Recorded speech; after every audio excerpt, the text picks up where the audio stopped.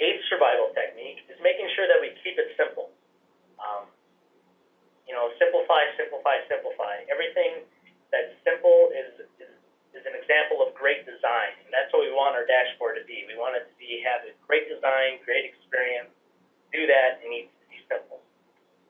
So, is the information the most prominent part of the design? Do colors and visuals overpower, or do they support the intake of information?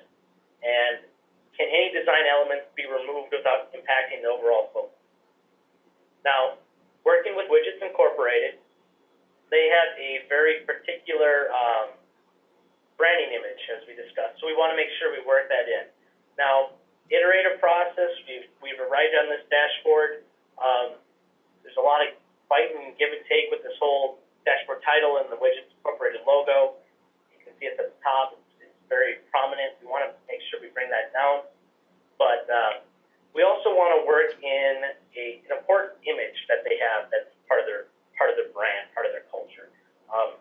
They have this photograph of their flagship store. It's a nice photo. It's high end.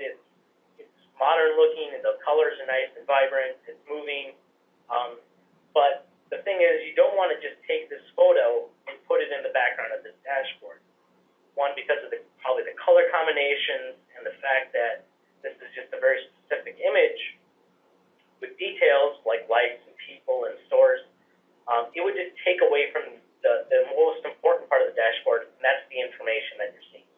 So what we did is we worked with Widgets Incorporated, and we just dropped down the transparency to about 20% so that it's there, we're still using it, but it's not going to detract from the information we're showing. And just by doing that simple trick, we put it in the background, and now we have this kind of this new depth and new feeling of the dashboard. It's not just a plain, boring, white dashboard with information on it. We have something that actually means something. We can play around with design a little bit more. We want to make sure that we do keep it simple and make sure we focus on the information. So, powerful dashboards have great design, and that great design is subtle and it's not overwhelming.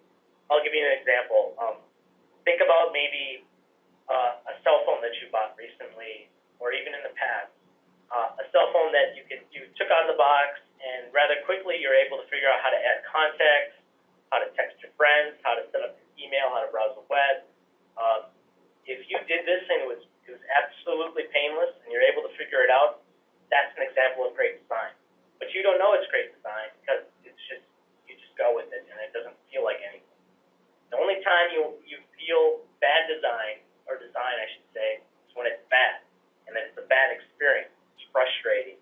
So the flip side of that coin is you get this phone and you can't figure out how to send 10 friends a text message. That's an example of horrible design. So if your end users especially are navigating the dashboard and they're asking you, this doesn't make sense, why is it this way? You have some work to do, and you can simplify it even more.